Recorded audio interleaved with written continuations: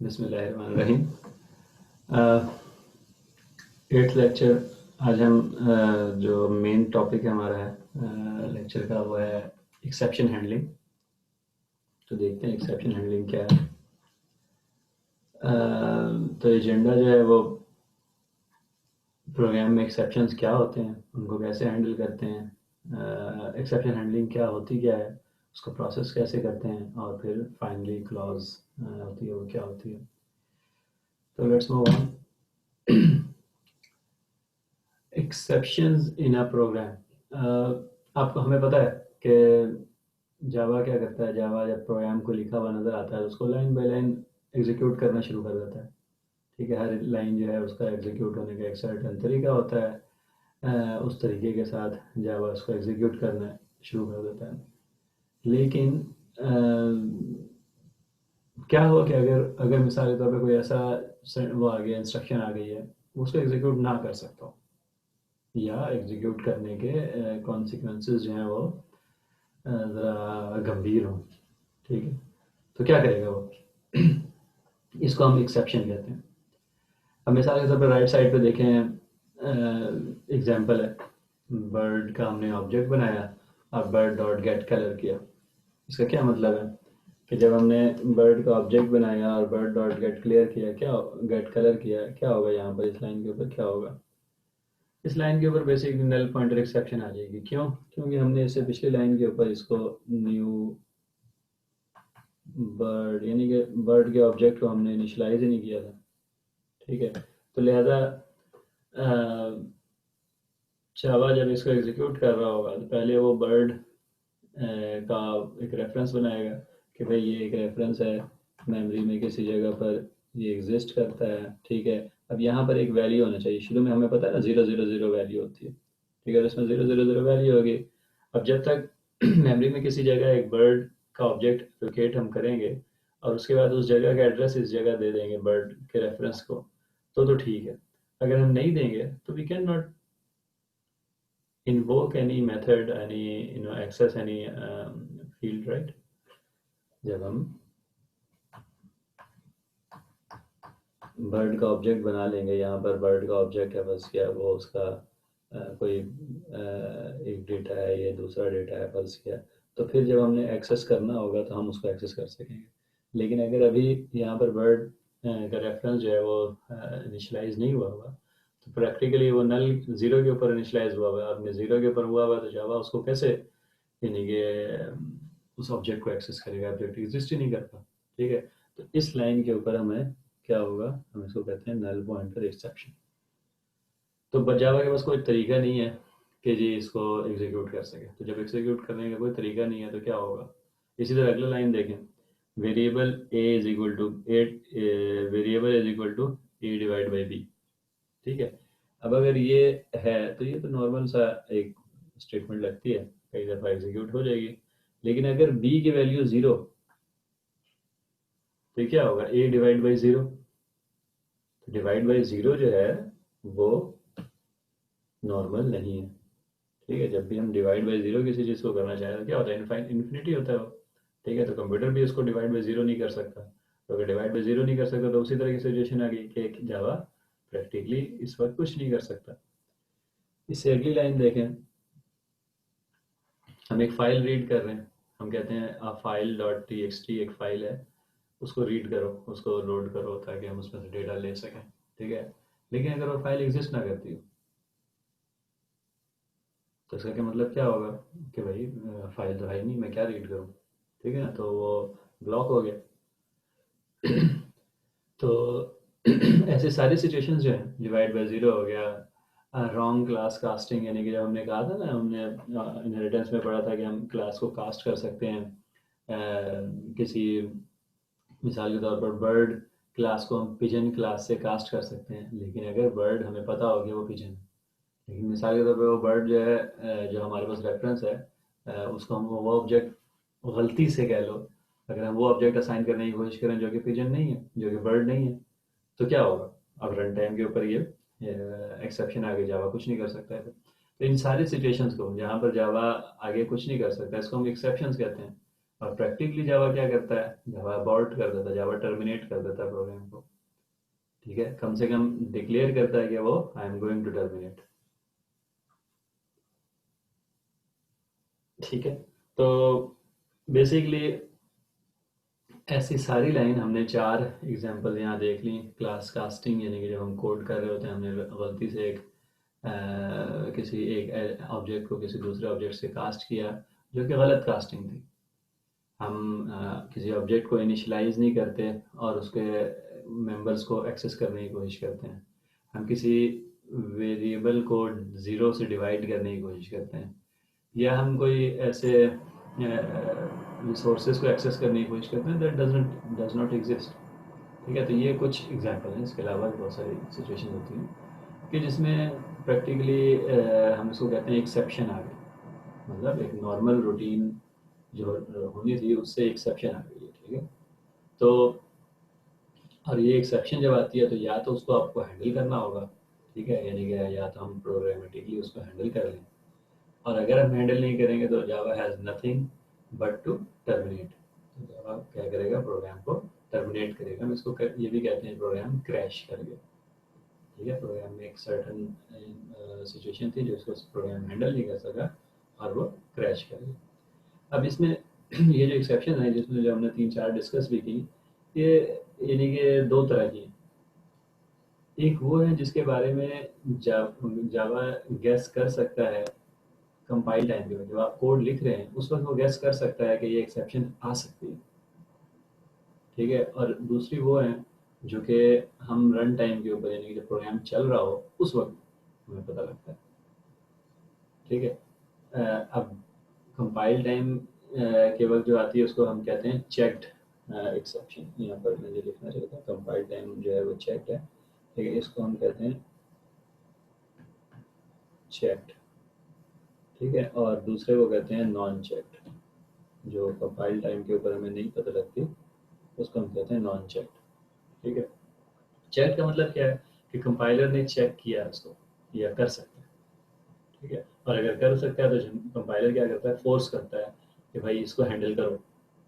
मिसाल के तौर पर ये वाली लाइन, जैसे आप लिखेंगे फाइल रीडर कोई भी इनपुट आउटपुट या कहीं जिस तरह मर्जी आप इनपुट आउटपुट करें, अगर आप इनपुट आउटपुट का कोई भी ऑपरेशन करेंगे तो कंपाइलर को ये पता होगा कि भाई ये इनपुट आउटपुट कर रहा है। हो सकता है कि जो इनपुट रिसोर्स ये करना चाहता हो वो एग्जिस्ट ना करता हो। मिसाल के तौर पर आप इंटरनेट से कोई फाइल, इंटरनेट पे कोई साइट या वेबसाइट या फाइल को एक्सेस करना चाहते हैं। ठीक है, और इंटरनेट ही अवेलेबल नहीं है, कनेक्टिविटी अवेलेबल नहीं है आपके प्रोग्राम को। ठीक है, तो ये हो सकता है ना, ये हमें पहले ही पता है, जब हम कोड कर रहे हैं उसी वक्त हमें पता है कि ये सिचुएशन आ सकती है, ये एक नॉर्मल सिचुएशन। ठीक है, तो ऐसे केसेस में जावा जो है या कंपाइलर जो है हमें फोर्स करता है कि भाई ये सिनेरियो तो हैंडल करो।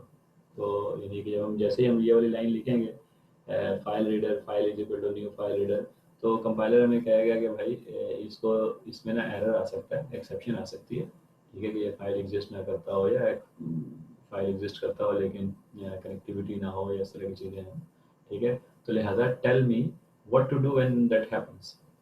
अगर अगर एरर उस तरह का आ जाए, एक्सेप्शन आ जाए, तो मुझे बता दो मैं क्या। तो ये इसको हम कहते हैं चेक्ड एक्सेप्शन, मतलब कि हम इसको प्रोग्राम टाइम के ऊपर, कोडिंग करने के वाले टाइम के ऊपर इसको हैंडल कर सकते हैं और हमें करना पड़ता है। ऑन द अदर हैंड वो ऊपर वाले जो 2 नज़र आ रहे हैं, या इसी तरह क्लास नहीं, क्लास कास्टिंग तो रन टाइम का होगा। ऊपर वाले जो 2 नज़र आ रहे हैं, बर्ड का जो गेट कलर है, और वेरिएबल कोई है जिसको हमने डिवाइड बाई ज़ीरो कर दिया, वो बी की जो वैल्यू है वो रन टाइम पे हमें बी की वैल्यू हमें रन टाइम पर मिलेगी। अगर हम यहाँ पर ये लिख दें, इसकी जगह ए डिवाइड बाई बी की जगह लिख दें ए डिवाइड बाई ज़ीरो, ठीक है, तब तो वो कंपाइल टाइम पे हमें बता देगा कि जी ये 2 एक्सेप्शन।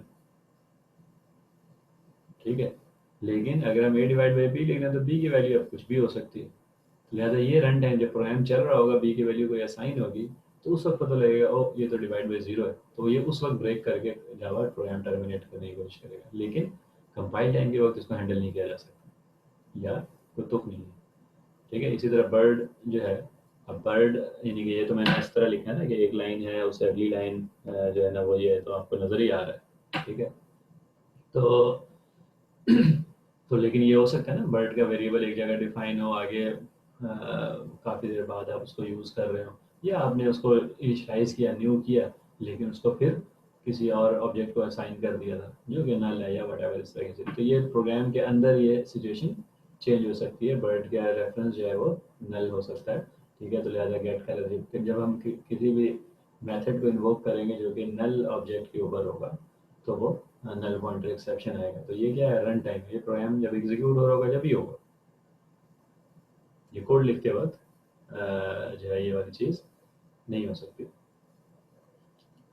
तो अब आप हम ये कह सकते हैं ना कि जी ये बर्ड जो है जैसे ही हम किसी ऑब्जेक्ट को बर्ड हम अगर इसका हैंडल करने का एक तरीका तो बड़ा हमेशा ये हो सकता है ना कि जैसे ही bird dot get colour type कोई हम काम करें किसी ऑब्जेक्ट के ऊपर, हम चेक कर लेंगे भाई ऑब्जेक्ट जो है वो नल तो नहीं। जैसे ही हम किसी नंबर को किसी दूसरे नंबर से डिवाइड करें, तो हम ये हमेशा चेक कर लेंगे जो डिवाइड कर रहा है नंबर वो ज़ीरो तो नहीं। ठीक है, लेकिन ये तो फिर प्रोग्रामर के ऊपर आ जाएगा ना कि जी हम अगर कर लें तो ठीक है हमारा प्रोग्राम, नहीं करेंगे तो हम, तो लिहाजा इसको इंश्योर करने के लिए कि जी ये गलती एरर प्रोन, हम जो कोड लिखते हैं वो एरर प्रोन नहीं है, यानी कि हमें कोड लिखने में जब जो हमारा कोड होता है वो बाय डिफ़ॉल्ट ये नहीं है कि उसमें एरर क्रिएट होने के बहुत चांसेस बहुत ज़्यादा है। अगर हम मेमोरी के ऊपर अपने उसके ऊपर रखेंगे तो इसमें एरर प्रोन ज़्यादा है, इसमें एक्सेप्शन आने के चांसेस ज़्यादा हैं। तो लिहाजा जावा क्या करता है, सारी प्रोग्रामिंग लैंग्वेज इस तरह के काम करती हैं, लेकिन जावा भी इसी तरह आपको इन्फोर्स करता है या तरीके बताता है कि इस तरह करके आप अपने प्रोग्राम में जो एरर हैं, जो गलतियां हो सकती हैं एक नॉर्मल रूटीन को एग्जीक्यूट करने के लिहाज से, तो उनको आप मैनेज करें, या तो कंपाइल टाइम के ऊपर मैनेज करें जब प्रोग्राम आप लिख लें उसी वक्त मैनेज करें, या फिर रन टाइम के ऊपर मैनेज करें। अदरवाइज क्या होगा, एक्सेप्शन आई तो प्रोग्राम हो जाएगा टर्मिनेट, क्योंकि फिर जावा के पास कुछ है नहीं करने, यानी कि वो कुछ डिसीजन नहीं कर सकता वो एग्जैक्टली क्या करे, तो प्रोग्राम को टर्मिनेट कर देता है, प्रोग्राम को मेमोरी से निकाल देता है, इसका मतलब आपका प्रोग्राम क्रैश हो गया।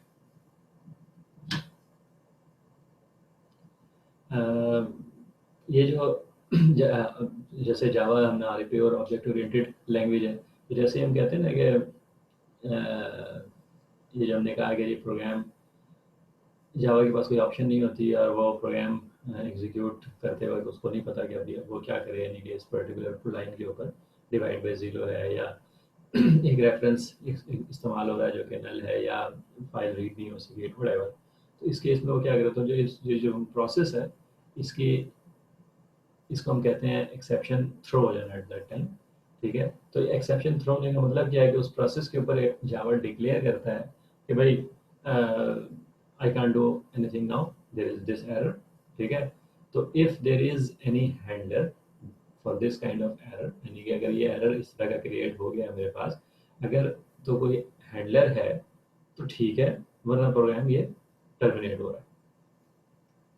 ठीक है, तो अब इस चीज़ को डिक्लेयर करने के लिए कि भाई ये एक्सेप्शन आ गई है, वो एक्सेप्शन के क्लास एक्सेप्शन के ऑब्जेक्ट का यूज़ करता है। तो जावा क्या करता है, थ्रो करता है एक्सेप्शन का ऑब्जेक्ट, यानी कि कोड में से यूँ कह लें कि एक पैरामीटर, चूँकि ये सीक्वेंशियल नहीं जाता तो इसलिए हम इसको क्या कहते हैं, थ्रो करना। ये थोड़ा सा आगे हम जब इसका स्टैक वो देखेंगे तो हमें थोड़ा सा क्लियर होगा कि जब भी किसी लाइन के ऊपर एक्सेप्शन आती है तो जब जावा वहाँ से आगे वाली लाइनों को एग्जीक्यूट नहीं करता बल्कि वापसी की तरफ चल पड़ता है, यानी कि अगर एक मेथड कॉल हुआ है, ठीक है, तो वो उसको ख़त्म करके उस मेथड को टर्मिनेट करके पिछले वाले मेथड में जाता है। अगर पिछले वाले मेथड में हैंडल हुआ है तो ठीक है, वरना उससे पिछले में जाता है और उससे पिछले। तो इस प्रोसेस को, क्योंकि सारे प्रोग्राम मेथड्स को वो टर्मिनेट कर रहा होता है जावा, तो टर्मिनेट करके पीछे लेके जा रहा होता है, तो इसको हम कहते हैं एक्सेप्ट एरर को थ्रो कर रहा है, वो पीछे बैक साइड पर थ्रो कर रहा है। ठीक है, तो जब ये थ्रो कर रहा होता है तो इस ऑब्जेक्ट को, इस इंफॉर्मेशन को, यानी कि जो जो भी इंफॉर्मेशन है कि भाई ये एरर आया है, divide by I can not do divide by zero, या एक नल रेफरेंस यूज़ हुआ था, ये सारी इंफॉर्मेशन जो है वो एक क्लास में या एक ऑब्जेक्ट में स्टोर करता है। वो ऑब्जेक्ट जो है उसकी हायरार्की की एक तस्वीर आपको नज़र आ रही है। बेसिकली ये जो थ्रोएबल है ये ऑब्जेक्ट से, जो जावा का ऑब्जेक्ट पेरेंट ऑफ एवरीथिंग है, वहाँ से इनहेरिट हो रहा है। और उसके नीचे जो है ये सारे यानी कि एक्सेप्शन की क्लासेस हैं, ठीक है। थ्रोएबल से के नीचे सारे एक्सेप्शन की क्लासेस हैं। मेन कैटेगरी दो है, एक ये एरर है और एक एक्सेप्शन है, जैसे कि आप देख रहे हैं, ठीक है। एरर जो है वो यानी कि यूँ कह लें कि प्रोग्राम के लिहाज से नहीं, हैंडलिंग के लिहाज से होता है। जैसे स्टैक ओवरफ्लो एरर हो गया, आउट ऑफ मेमोरी, यानी कि रैम आपने मेमोरी एलोकेट इतनी करते गए कि वो जो है रैम के अंदर से मेमोरी ख़त्म हो गई, ठीक है। इस तरह के हार्ड सिनेरियो जिसका कोई प्रैक्टिकली आप हल कर ही नहीं सकते, आप प्रोग्राम में भी हल नहीं कर सकते। यानी कि अगर यानी कि सिवाय इसके कि आइंदा की बात जो है ना वो प्रोग्राम में मेमोरी एलोकेट करना कम शुरू कर दें, लेकिन अगर अगर आपको चाहिए और आपको जगह मेमोरी चाहिए तो आप उधर से एलोकेट करेंगे और एलोकेट करेंगे, और एक टाइम के बाद अगर फर्स्ट है वो आपके लोकेशन जो है वो जितनी अवेलेबल है उससे कहीं ज़्यादा हो गई तो आउट ऑफ मेमोरी एरर आ जाएगा, ठीक है। लेकिन दूसरी साइड जो है वो एक्सेप्शन की है। एक्सेप्शन यानी कि नॉर्मल भी हो सकते हैं, यानी कि ऐसे भी हो सकते हैं जो कि बिल्कुल प्रोग्राम के रूटीन का हिस्सा है, और ऐसे भी हो सकते हैं जो कि काइंड ऑफ एरर है या रन टाइम के एक्सेप्शन है। तो ये वाला जो है सेक्शन, मैं इसको डिलीट करके देखता हूँ एक सेकंड। ये वाला जो सेक्शन है रन टाइम एक्सेप्शन, जैसे कि नाम से लग रहा है, और ये वाला जो एरर है, ये दोनों हमारे अनचेक है, ठीक है, क्योंकि रन टाइम के ऊपर आते हैं ना, इनको हम चेक नहीं कर सकते। चेक का मतलब क्या था? चेक का मतलब होता है कि जी जो कि कंपाइल टाइम के ऊपर जावा चेक कर सकता है, और जावा आपको फोर्स करेगा कि इसको हैंडल करो। चेक का ये मतलब होता है। तो ये दोनों जो बॉक्स हैं ये दोनों अनचेक्ड हैं, यानी कि जावा इसको रन टाइम के कंपाइल टाइम के ऊपर जब आप कोड को कंपाइल करते हैं तो जावा गैस नहीं कर सकता है कि यार ये वाला एक्सेप्शन आएगा कि नहीं आएगा, ठीक है। तो लिहाजा वो फोर्स भी नहीं करता। लेकिन अगर ये वाले आएंगे तो जाहिर सी बात है, अगर आपने हैंडल किया है तो ठीक है, नहीं किया है तो ये प्रोग्राम को ब्रेक कर देंगे, टर्मिनेट कर देंगे। जैसे आपने एक एरे को बनाया और उसको फिर उसके बाद इस्तेमाल कर रहे हैं, और उसके अंदर इंडेक्स जो है वो एरे की साइज से ज़्यादा लिख दिया आपने। 10 ऑब्जेक्ट का आपने एरे बनाया और 20वां ऑब्जेक्ट आप एक्सेस या 11वां ऑब्जेक्ट आप एक्सेस करने की कोशिश कर रहे हैं, तो इंडेक्स आउट, क्योंकि इंडेक्स जो है वो जो 11वां वो तो रन टाइम पे डिसाइड होगा, तो लिहाजा क्या कहते हैं वो index out of bound exception जो है ना वो रन टाइम पे डिक्लेयर हुआ। तो ये दोनों बॉक्स के अंदर जो है ये अनचेक्ड है, रन टाइम के ऊपर होते हैं। लेकिन उसके अलावा जितने भी एक्सेप्शन है, जैसे आईओ एक्सेप्शन, एसक्यूएल एक्सेप्शन, ये व्हाटएवर जो प्रोग्राम के लिहाज से एक्सेप्शन है, ये कंपाइल टाइम के ऊपर पता होता है कि अच्छा अगर ये हम काम कर रहे हैं, हम डेटाबेस का कोई काम कर रहे हैं तो एसक्यूएल एक्सेप्शन आ सकती है। अगर हम इनपुट आउटपुट कर रहे हैं तो आईओ एक्सेप्शन आ सकती है, ठीक है। तो लिहाजा जब आपको फोर्स करता है कि भाई ये तुम फाइल रीड कर रहे हो, ये तुम वेबसाइट लोड कर रहे हो, तो अगर ये काम कर रहे हो तो फिर लिहाजा ये हो सकता है कि इंटरनेट ना हो तो यू बेटर हैंडल, कि अगर ना हो तो मैं क्या करूँ, मुझे ये बताओ, ठीक है। ना हो तो क्या मैं इसको छोड़ दूँ आगे चला जाऊँ, या ना हो तो प्रोग्राम को यूज़र को कहूँ मैं कि goodbye, we can not access internet, हाँ प्रोग्राम ख़त्म कर दूँ, जो भी अच्छा सा तरीका है प्रोग्राम को ख़त्म करने का।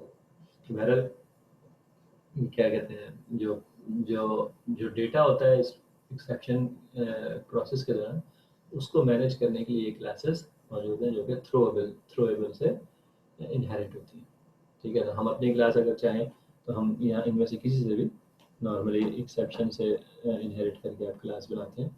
लेकिन अगर हमारी कोई इनपुट आउटपुट की हम क्लास बना रहे हैं, यानी कि क्लास का मतलब ये है कि एक्सेप्शन की क्लास, अगर हमने कोई इनपुट आउटपुट लेना है और वो हमारे मर्जी के इनपुट कोई इनपुट आउटपुट है, ठीक है, तो हमारे उसमें एक्सेप्शन भी हम अपनी मर्जी से डिफाइन कर सकते हैं, ठीक है। फिर उनको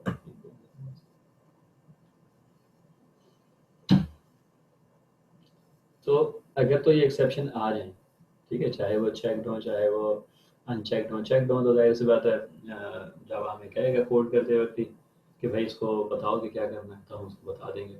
अनचेक्ड हो तो कोड करते वक्त तो नहीं हमें पता लगेगा, या जावा को कम से कम नहीं पता लगेगा, तो जावा हमें फोर्स नहीं करेगा, ठीक है। लेकिन हमारा प्रोग्राम उसको करना क्या चाहिए या उसको हैंडल कैसे करना चाहिए, ठीक है। तो सबसे पहले तो Java throws an exception when it can not decide execution, अभी हमने डिस्कस किया कि अगर तो वो एग्जीक्यूशन डिसाइड नहीं कर सकेगा तो वो फिर एक्सेप्शन थ्रो करेगा, ठीक है। और अगर कोई हैंडलर नहीं है उस एक्सेप्शन का, हमने अपने कोड के अंदर कोई हैंडलर नहीं डाला, तो फिर प्रोग्राम खत्म हो जाएगा, प्रोग्राम क्रैश हो जाएगा, ठीक है। और एक्सेप्शन जो है वो हम हैंडल कैसे करते हैं? एक्सेप्शन हम हैंडल करते हैं जी try catch, try with throw statements. Basically जो हमारा ब्लॉक होता है ना, जहाँ या जो लाइन होती है यूँ कह लें कि जहाँ पर हमें पता होता है कि यहाँ पर एक्सेप्शन आ सकता है। मिसाल के तौर पर हम चेक्ड एक्सेप्शन की भी बात कर रहे हैं, ठीक है? कि जहाँ पर हम ऐसा काम कर रहे हैं जो कि एक्सेप्शन जनरेट कर सकती है। तो अगर हमारे पास जो लाइन हो, उस लाइन को हम सराउंड कर देते हैं ट्राई से। ट्राई का मतलब क्या हो गया? कि भाई ये वाला पार्ट जो है दैट कैन क्रिएट एक्सेप्शन, ठीक है? और अगर ट्राई वाला पार्ट एक्सेप्शन क्रिएट करे तो क्या करना है, हम उसको वो बता देते हैं। वो होता है ब्लॉक, ठीक है? Sorry, catch block. तो हम क्या कहते हैं कि भाई ये वाली लाइन जो है, मिसाल के तौर पे यहाँ पर ये वाली लाइन जो है, ये प्रोबेबली एक्सेप्शन थ्रो कर सकती है। क्यों? क्योंकि हमने उसको कहा है यूज़र को कि जी इंटीजर दो, और यूज़र डाल दे उसमें डेसिमल, ठीक है? या यूज़र डाल दे उसमें स्ट्रिंग, ठीक है? तो अगर ऐसे कुछ डाल देगा यूज़र तो फिर तो एक्सेप्शन थ्रो हो जाएगी, ठीक है? और अगर ऐसे एक्सेप्शन थ्रो, तो फिर आप बताते हो कि अच्छा अगर एक्सेप्शन थ्रो हो तो फिर ये करना, ठीक है? तो इसका मतलब क्या है कि अब यहाँ पर इस लाइन नंबर 11 के ऊपर अगर एक्सेप्शन थ्रो होगी, तो वो इस प्रोग्राम को टर्मिनेट करके वापस नहीं जाएगा, बल्कि हम उसके नीचे चूँकि कैच लगा हुआ है तो यहीं पर कैच हो जाएगा, मतलब यहीं पर हैंडल हो जाएगा, ठीक है? एंड कॉन्सिक्वेंटली आपका प्रोग्राम जो है वो या तो चलता रहेगा या फिर ग्रेसफुली टर्मिनेट कर जाएगा।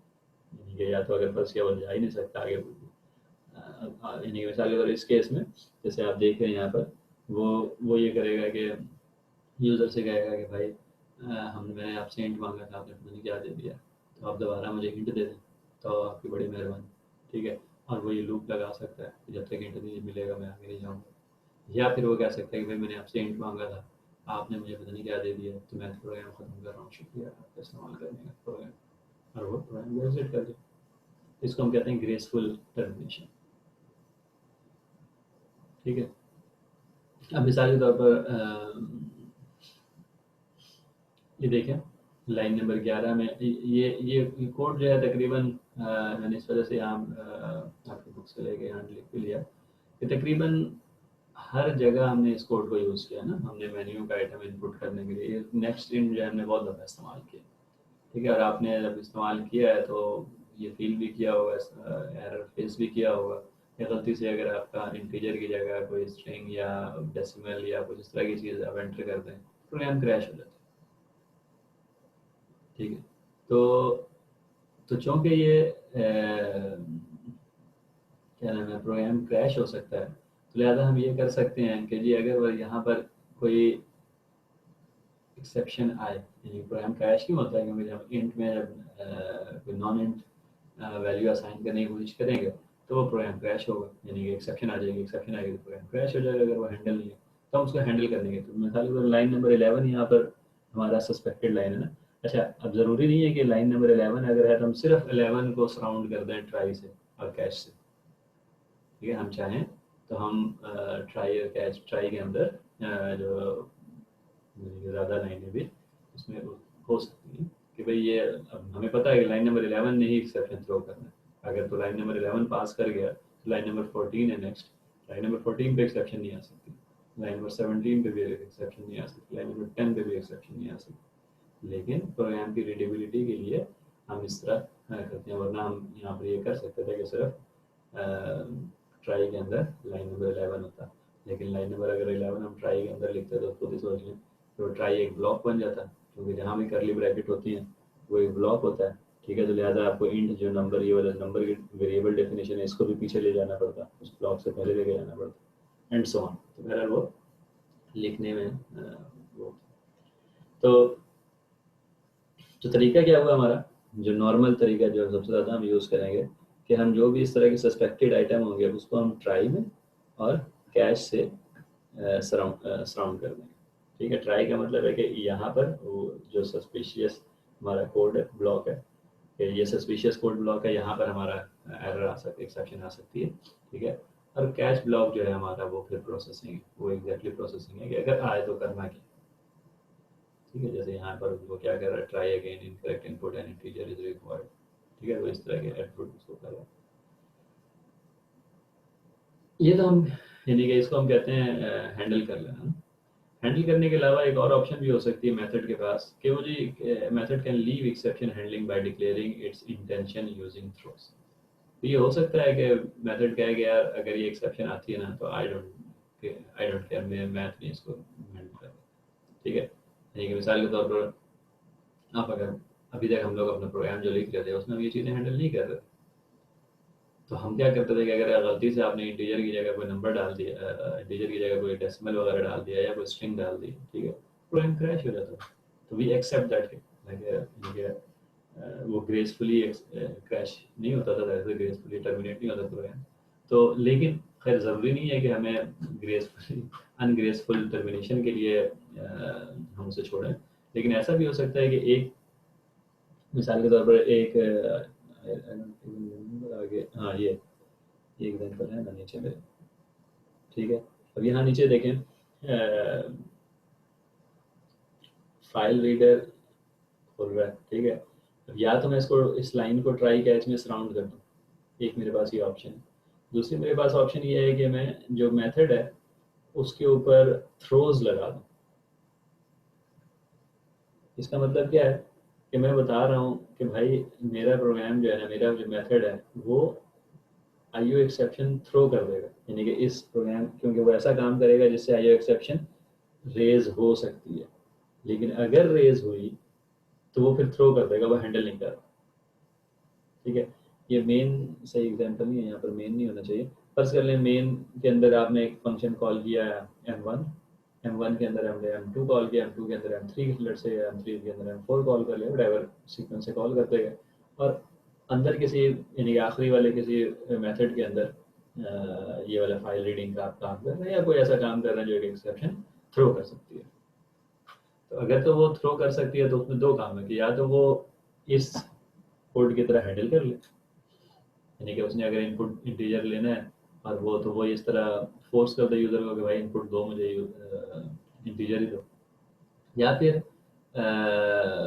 कोई और स्ट्रेटजी भी कर सकती है, लेकिन अदरवाइज या फिर ये है कि वो डिक्लेयर कर दे इस तरह जिस तरह इसने थ्रोज किया है कि भाई ये इसके बाद यहाँ पर ना इनपुट मिसमैच एक्सेप्शन आ सकती है, लेकिन I will not handle it, I will throw it, I will leave it, in fact throw it तो नहीं कुछ करेगा, यानी कि जो एग्जीक्यूट। तो उससे क्या होगा कि जो हमारा M2 एक मेथड था उसने M3 को कॉल किया था ना, तो अगर ऐसा है M3 ने हैंडल नहीं किया तो M2 हैंडल कर सकता है, ठीक है। तो लिहाजा चाइल्ड के अंदर, जिस चाइल्ड के अंदर भी एक्सेप्शन आया और वो हैंडल ना करे तो उससे पीछे पीछे पीछे पीछे वो, जैसे हमने कहा था पहले, वो रीथ्रो होता रहेगा। तो अभी अब हम एग्जाम्पल उसके देखेंगे, तो हमें ज़्यादा क्लियर भी हो जाएगा। लेकिन बहरहाल दो तरीके हैं, एक तरीका ये है कि आप उसको प्रोसेस करो उसी जगह ट्राई कैच लगा के, और दूसरा तरीका ये है कि आप ना प्रोसेस करो। अगर आप ना प्रोसेस करो तो जावा आपको फोर्स करेगा कि भाई आपने बताना है इधर कि आप नहीं, अपनी इंटेंशन बतानी है कि भाई मैं नहीं प्रोसेस कर रहा, मेरे से जो पिछला बंदा कॉल कर रहा है मुझे, पिछला मेथड वो प्रोसेस कर। तो वो बताने का तरीका ये है थ्रोज। आप अपने मेथड के सिग्नेचर के आगे, याद है ना ये सिग्नेचर पार्ट होता है, सिग्नेचर के आगे ये थ्रोज और उसका नाम जो आप थ्रो कर, यानी जो आप थ्रो कर सकते हैं वो आप लगा देते हैं। जब आप वो लगा देते हैं इसका मतलब है कि जावा कहेगा ओके, यहाँ पर ये हैंडल नहीं हो रहा बल्कि इसके पीछे है। तो जो भी मेथड उसको कॉल करेगा उसको जावा कहेगा कि भाई ये मेथड जो है ना ये एक्सेप्शन थ्रो करता है, तो तुम्हें ये हैंडल करना पड़ता है। तो चेक एक्सेप्शन को जावा फोर्स करेगा। एक और यहाँ पर है ट्राई विद वाला, वो हम बाद में देख लेंगे, वो आज देखेंगे। लेकिन बहरहाल ट्राई विद जो है वो डिफरेंट प्रोसेसिंग नहीं है, वो बल्कि इसको अच्छे तरीके से लिखने का तरीका है। ये नए जावा वर्जन में ट्राई ट्राई कैच का एक नया तरीका ट्राई विद है, लेकिन बहरहाल वो somehow I missed it, तो अभी वो इसको लेक्चर का पार्ट नहीं, हम आगे इसको बाद में करेंगे। या अगर आप उसको देखेंगे तो शायद आपको वो वैसे भी कोई ज़्यादा कॉम्प्लिकेटेड नहीं लगेगा। खैर, एक्सेप्शन हैंडलिंग कंटिन्यू हो रही है, बेसिकली थोड़ी सी और डिटेल, जैसे मैंने भी कहा, नहीं ये वाला नहीं कहा, uh program can throw exception itself as well, ठीक है। ये ज़रूरी नहीं है कि जी जब प्रोग्राम आपका चल रहा है और आपको कोई ऐसी चीज़ मिली कि जी जिसको एग्जीक्यूट नहीं कर सकते, जावा को, सॉरी आपको नहीं, जावा को मिली ऐसी चीज़ कि जिसको जावा एग्जीक्यूट नहीं कर सकता तो जावा ही थ्रो करेगा। ऐसा नहीं है, यानी कि जावा को जब कोई चीज़ नहीं मिलेगी एग्जीक्यूट करने के लिए तो वो एक्सेप्शन थ्रो कर देगा, बिल्कुल सही बात है, उसको वो डिसाइड नहीं कर सकता। लेकिन एक्सेप्शन जो है वो हम प्रोग्रामेटिकली भी थ्रो कर सकते हैं, ठीक है। जैसे यहाँ पर आप देखें, ये क्या हो रहा है, ये हो रहा है कि भाई एक क्वोशंट का मेथड है, कि वही बात है, नंबर टू को चेक करना है कि जीरो तो नहीं, कि वो डिवाइड बाई जीरो ना हो जाए, ठीक है। तो अगर तो वो डिवाइड बाई जीरो हो रहा है, नंबर टू जो है वो जीरो है, स्पेल है यहाँ पर, मेरा ये नम होना चाहिए, पर नम टू जो है वो जीरो है अगर, तो अब हमने बताना है कि भाई नम टू जीरो है, तो उसका एक तरीका ये है कि हम एक एक्सेप्शन क्रिएट करके थ्रो करते हैं। लेकिन न्यू क्या होता है, न्यू क्रिएट करना होता है ना, तो न्यू एक्सेप्शन हम क्रिएट करें और उसको थ्रो कर दें, ठीक है। वो एक ही स्टेटमेंट में भी हम इस तरह कर सकते हैं जिस तरह यहाँ किया हुआ है, या वो इस तरह भी हो सकता है कि जी जो भी एक्सेप्शन है, exception blah blah blah blah is equal to new exception, ये वाला काम करें और उसके बाद थ्रो, ये करते हैं थ्रो, ठीक है। अगर तो ये समझ में आ गया तो, लेकिन फिर कहने का मकसद ये है कि एक लाइन में या एक्सेप्शन आप पहले क्रिएट करें उसको थ्रो कर सकते हैं। तो लिहाजा आप प्रोग्राम के अंदर खुद से, अब क्या होगा अगर ये वाली लाइन एग्जीक्यूट होगी ना, तो क्या होगा, ये वाली लाइन एग्जीक्यूट होगी, इसका मतलब है ये return number one divide by number two, ये अगली लाइन ये वाली नहीं एग्जीक्यूट होगी। क्यों? क्योंकि एक्सेप्शन का बहरहाल प्रोसेस वही होता है, चाहे वो जावा क्रिएट करे चाहे वो आप क्रिएट करें, ठीक है, और आप थ्रो करें चाहे जावा थ्रो करें, जिस जगह पर एक्सेप्शन थ्रो हो गई ना, तो उस जगह से जो मेथड है वो ख़त्म हो जाएगा, यानी कि उससे अगली लाइनें जितनी भी हैं, उससे जो अगली लाइनें यहाँ पर जितनी भी और होंगी, बस के 50 लाइनें और होंगी, तो वो एग्जीक्यूट नहीं होंगी, वो थ्रो हो गया। इसका मतलब भाई वो अलर्ट प्रोग्राम अगर हैंडल नहीं हो रहा, यानी कि वो सिर्फ और सिर्फ कैच को लुक करेगा, कैच को ढूंढेगा, ठीक है। अगर कैच मिल गया उसको तो ठीक है, नहीं मिला तो ये वाला मेथड टर्मिनेट, इससे पिछले वाले मेथड पे चला जाएगा। अब वहाँ पर अगर हैंडल हो रहा है तो ठीक है, नहीं हो रहा है तो फिर उससे पिछले पर चला जाएगा, और उससे पिछले पर चला जाएगा, और उससे पिछले पर चला जाएगा, ठीक है। तो प्रोग्राम जो है वो खुद भी एक्सेप्शन थ्रो कर सकता है, और it can rethrow as well, यानी कि अगर उसने कैच किया है, यानी कि कैच ब्लॉक में जैसे हमने ये वाला कैच किया, तो एक मैसेज फर्स्ट से उसने प्रिंट करना था या कोई एक छोटा मोटा काम करना था, वो काम किया और उसने उसको दोबारा थ्रो कर दिया, उसको हम कहते हैं री थ्रो करना। मतलब कि जी मैंने इसका मैसेज थोड़ा सा हैंडल किया है, इसका मैंने मैसेज प्रिंट कर दिया या इस तरह का काम कर दिया, लेकिन but I am not the real handler, मैं इसको नहीं कर रहा, इसको जाने दो, ये पीछे मैनेज होगा, ठीक है, मेरा काम नहीं है इसको मैनेज करना। तो इस तरह करके आप उसको रीथ्रो भी कर सकते हैं, नया क्रिएट भी कर सकते हैं, या कैच करके रीथ्रो, जो भी नया जो भी आप कैच करें उसको आप रीथ्रो भी बोलते हैं, बस थ्रो के आगे हम एक्सेप्शन ऑफ वाला ऑब्जेक्ट लिखेंगे तो वो थ्रो हो जाएगा, ठीक है। थ्रो होने का मतलब क्या होता है कि उस लाइन के आगे कोई लाइन एग्जीक्यूट नहीं होगी उस मेथड में, और वापस चला जाएगा पिछले मेथड में जहाँ से वो कॉल हुआ था, और सो ऑन, चलता रहेगा सिलसिला।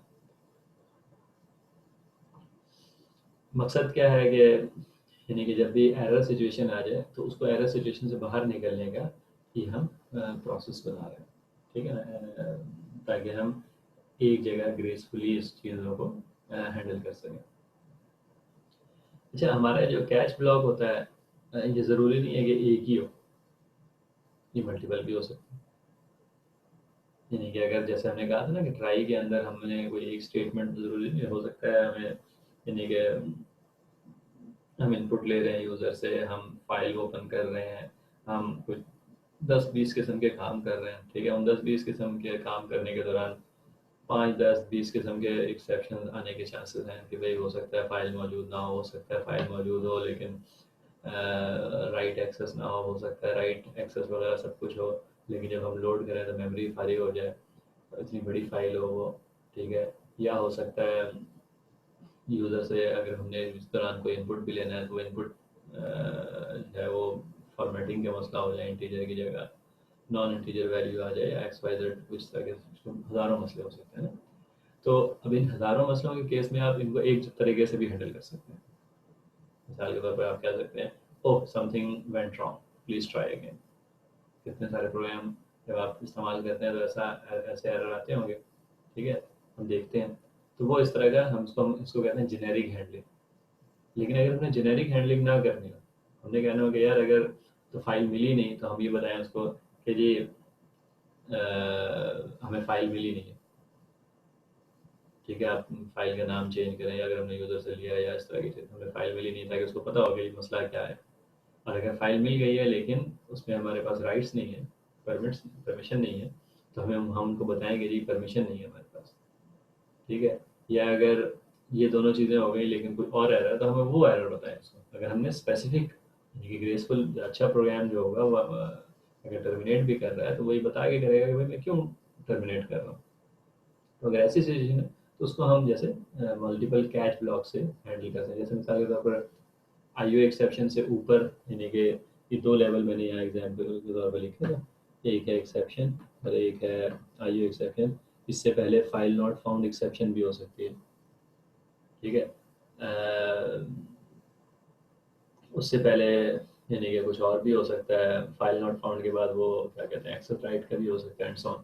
इस तरह की चीज़ें भी हो सकती है, ताकि उसके अंदर क्या होगा, ये वाला जो प्रिंट का मैसेज है ये आपका स्पेसिफिक होता जाएगा ना, ठीक है। अगर तो अभी देखें, यानी कि यहाँ पर वो कह रहा है कॉट आईयू एक्सेप्शन, यहाँ पर कह रहा है कॉट एक्सेप्शन, तो मैसेज थोड़ा सा डिफरेंट हो गया, इससे पता लग जाएगा कि यार वो इनपुट आउटपुट का कोई मसला है, ठीक है। अगर तो इनपुट आउटपुट का आया होगा, अगर कुछ और आया होगा तो फिर वो जनरल है।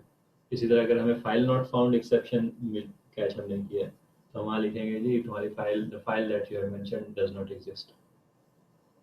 लिहाजा स्पेसिफिक वो हो जाएगा, हमारी हैंडलिंग जो है वो स्पेसिफिक हो जाएगी, हो जाएगा।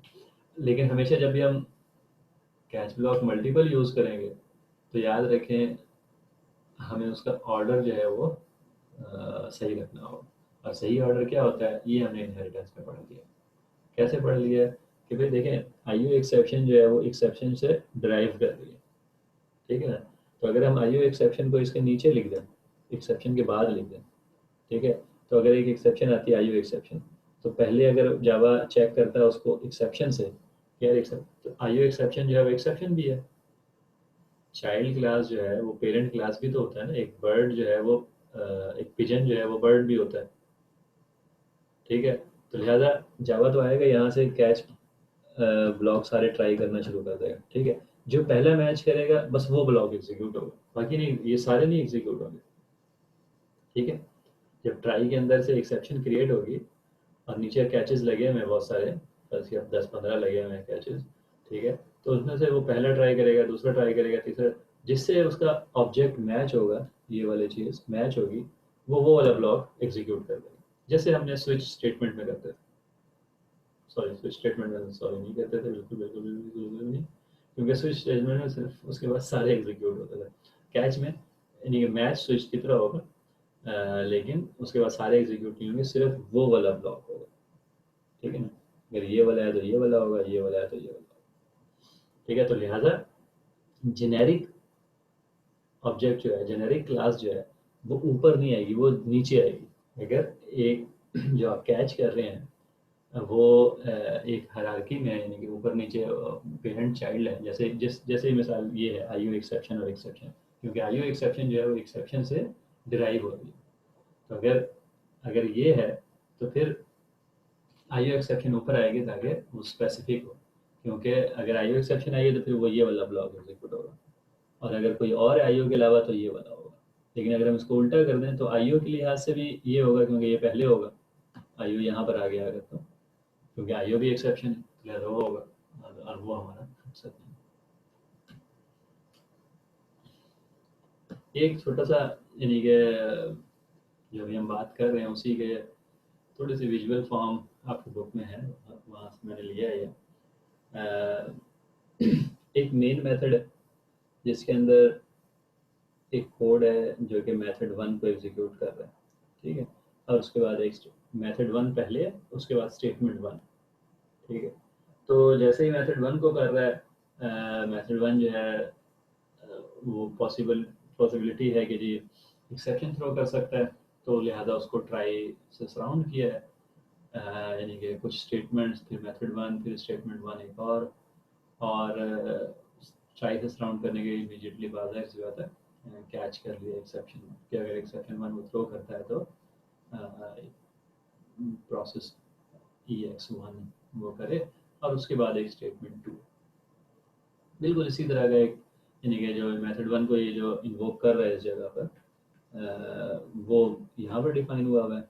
और मेथड 1 को भी आप देख लें तो उसी तरह ही है कि कुछ स्टेटमेंट है, उसके बाद एक मेथड 2 इन्वोक हो रहा है, उसके बाद स्टेटमेंट 3 एग्जीक्यूट हो रही है, यानी कि इसमें सारे मेथड को एग्जीक्यूट करने के, इन्वोक करने के वक्त उससे पहले भी कुछ एग्जीक्यूट हो रहे हैं, उसके बाद भी कुछ एग्जीक्यूट हो रहा है।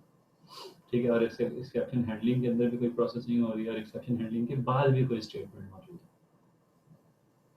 स्टेटमेंट 4 है यहाँ पर, फिर इसी तरह मेथड 2 की इम्प्लीमेंटेशन आगे नज़र आ रही है, ठीक है, जो कि मेथड 3 को कॉल कर रहा है, और इसी तरह एंड सो ऑन। यहाँ तक तीन लेवल ऑफ मेथड जो है वो दिए। मैं आगे मेथड 3 कहीं पर डिफाइन होगा लेट्स से, और फर्ज कर लेते हैं वो एक्सेप्शन थ्रो कर देते हैं, वो एक्चुअली एक्सेप्शन थ्रो कर, ठीक है।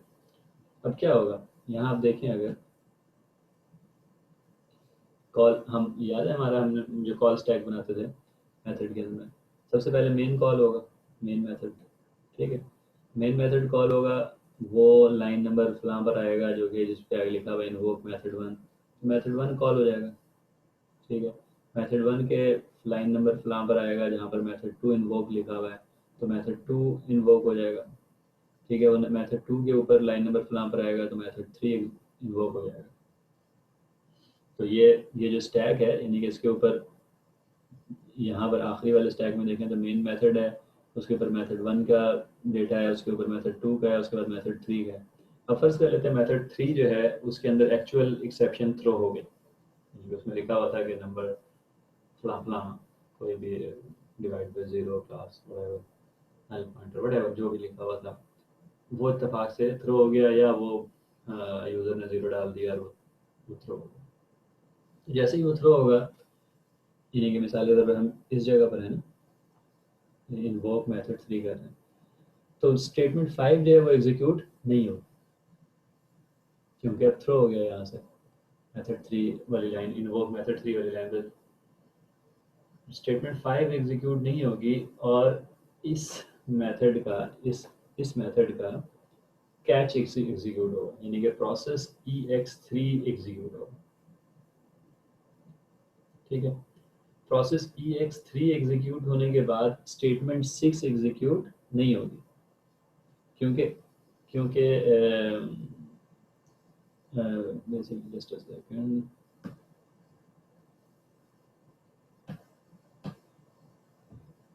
स्क्रीन खराब हो गई थी, अब दोबारा सही हो गई। अच्छा, अब मुझे वो क्लियर करना पड़ेगा। स्टेटमेंट 6 जो है वो एग्जीक्यूट नहीं, अगर तो एक्सेप्शन थ्रो हो गई तो स्टेटमेंट 6 एग्जीक्यूट नहीं होगा। क्यों?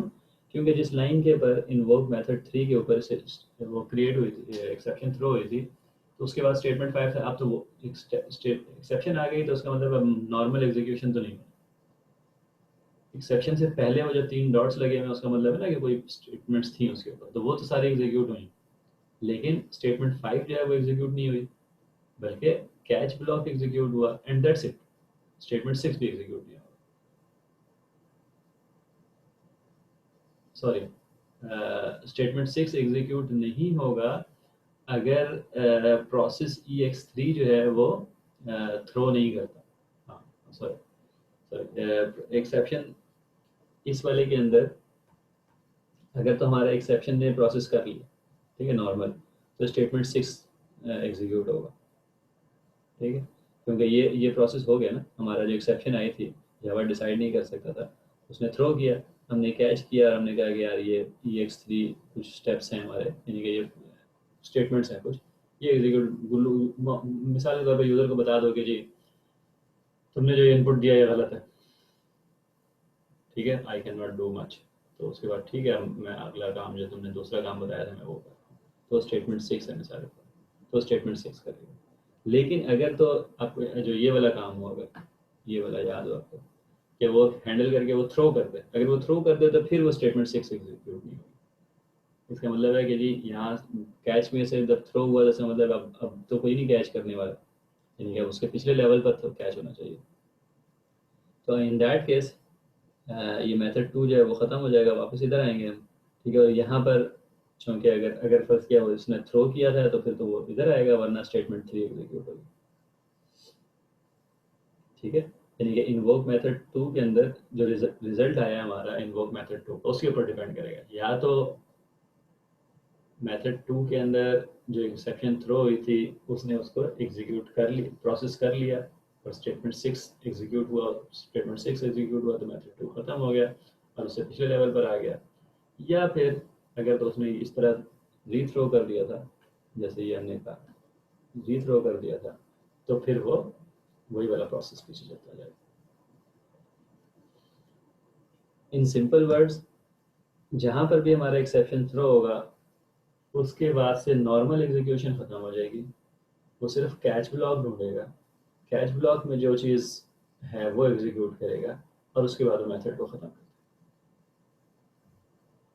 और कैच ब्लॉक में जो कि रीथ्रो की ऑप्शन है, लिहाजा अगर रीथ्रो हो गई तो फिर ठीक है, फिर वो रीथ्रो होगी, फिर वो उसी तरह ही होगी जैसे उस जगह पर एक्सेप्शन क्रिएट हुई है।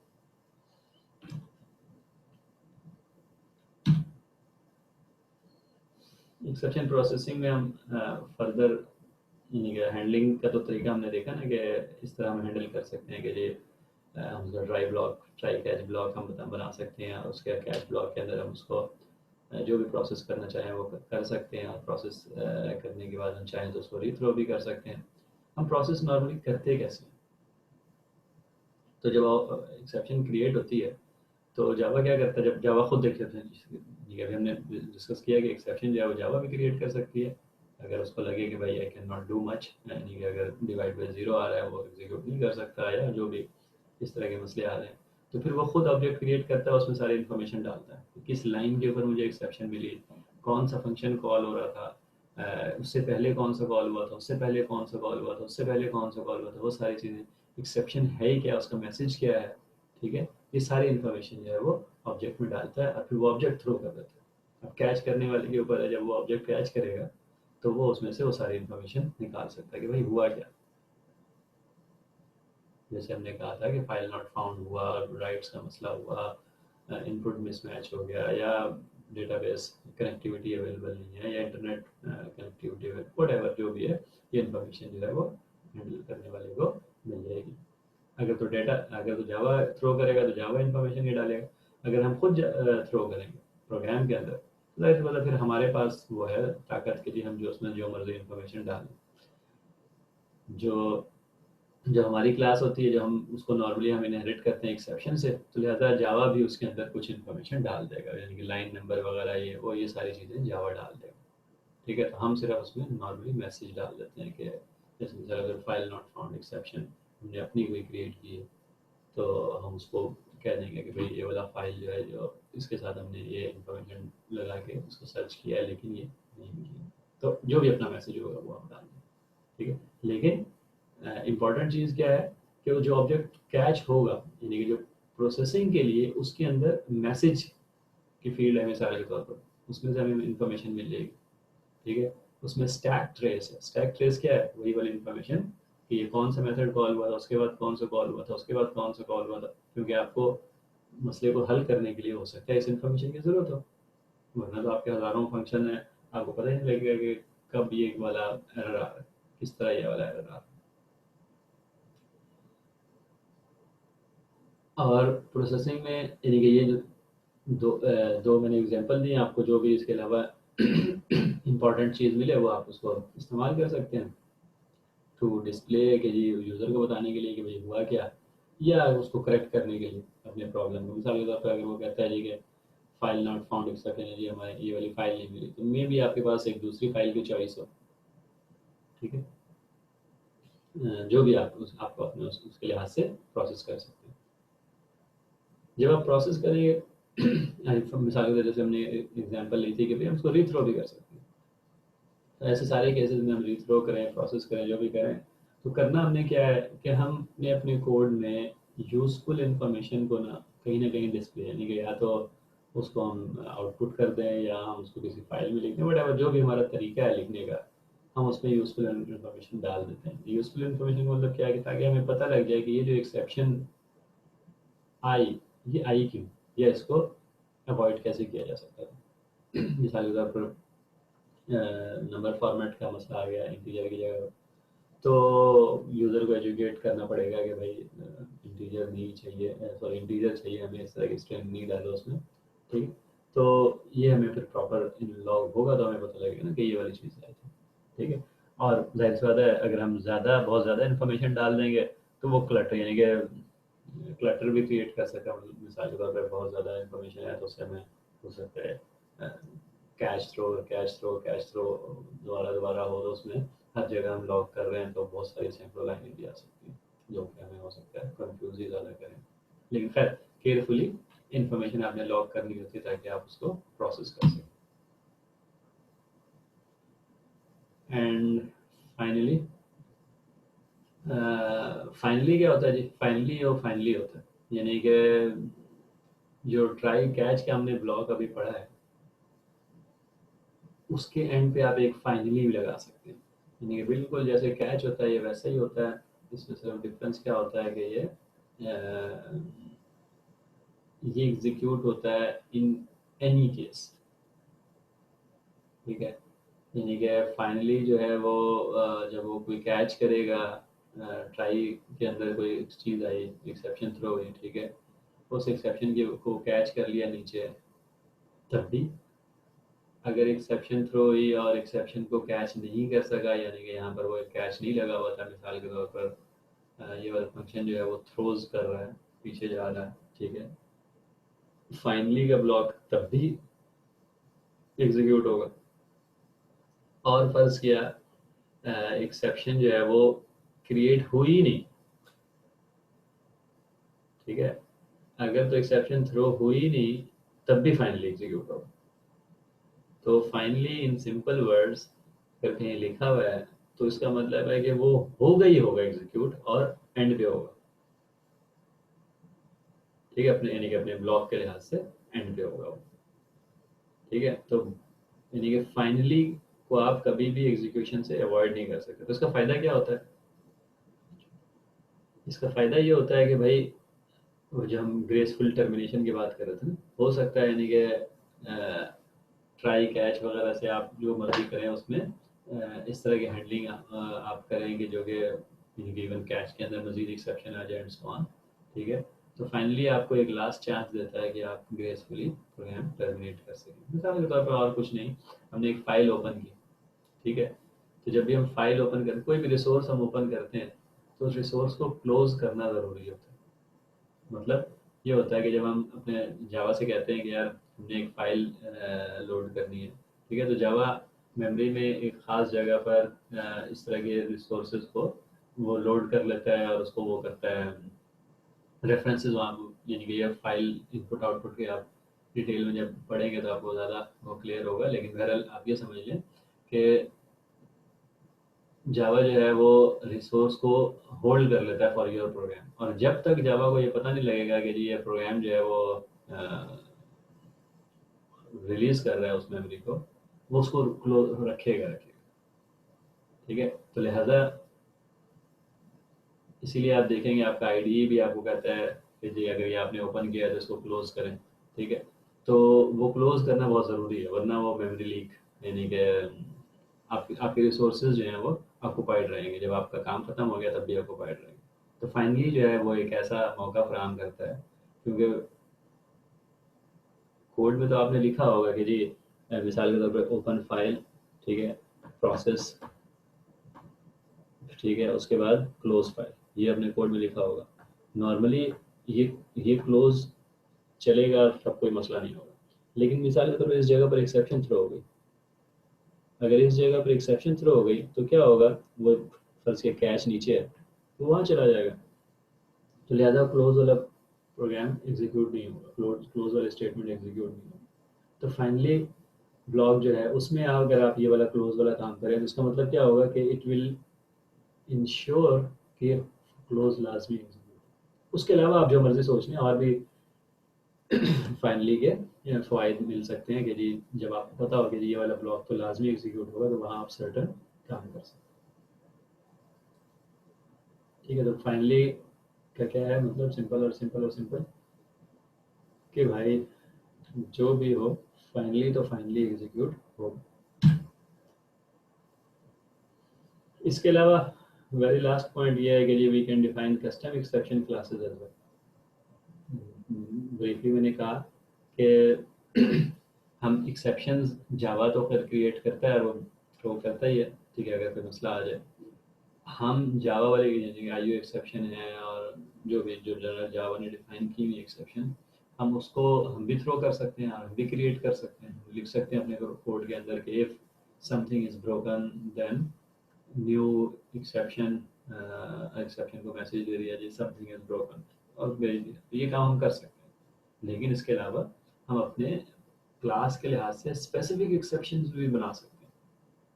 मिसाल के तौर पर जो हमारा सर्कल का क्लास था, हमारी सर्कल की एक क्लास थी जो हमने शेप्स में बनाया था। ठीक है, तो अगर कोई हमें सर्कल में नेगेटिव रेडियस दे, ठीक है, या हमें सर्कल में जीरो रेडियस है, I don't know zero radius कोई चीज़ हो सकती है कि नहीं, या इस तरह की जो भी है, जो ऐसा कोई भी हमारी जो क्लास के लिहाज से सही ना हो, तो हम फॉर एग्जांपल हम ये कर सकते हैं कि जी हम अपनी क्लास के लिहाज से एक इनवैलिड रेडियस एक्सेप्शन की बना लिया। तो उससे क्या होगा कि हमें यानी कि ये वाला काम बार बार नहीं करना पड़ेगा। अगर कोई नेगेटिव में देगा हम जस्ट ये वाला एक्सेप्शन क्लास थ्रो कर देंगे कि भाई ये नेगेटिव है, या हम अपने कोड में लिख देंगे कि जैसे ही हमारा कोई बंदा सर्कल क्रिएट करता है, न्यू करता है, और वो अगर नेगेटिव आती है तो रेडियस उसने उसने नेगेटिव दे दिया है तो फिर वो इनवैलिड रेडियस की एक्सेप्शन थ्रो। मकसद क्या है कस्टम एक्सेप्शन का कि आपके लिहाज से, यानी कि आपकी यूनिवर्सिटी स्कूल मैनेजमेंट प्रो है फर्ज किया, उसमें कोई कोर्स है जो कि जिसका क्रेडिट आवर किसी ने रख दिया 10, फर्ज कर लेते हैं आपके स्कूल में कोई कोर्स 10 क्रेडिट आवर का नहीं हो सकता। ठीक है, तो आपने यूजर से कहा कि इनपुट दें जी आपका कोर्स का नाम क्या है, अच्छा जी टीचर कौन सा है, अच्छा जी क्रेडिट आवर्स क्या है, उसने लिख दिया 10। ठीक है, तो फंस गया, ये गलती है।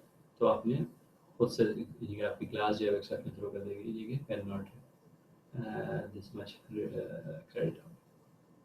ये एक एग्जांपल थी, लेकिन कहने का मकसद ये है कि जी बाज़ औक़ात आपको अपनी क्लास के लिहाज से, अपने काम के लिहाज से एक्सेप्शन थ्रो करनी होती है ताकि आप अपना करेक्टली मैसेज भी एक तो कन्वे कर सकें और ऊपर से उसको उसमें रेपिटेशन भी ना हो। तो इन ऑल दोज केसेस आप अपना कस्टम क्लास एक्सेप्शन की बना सकते हैं।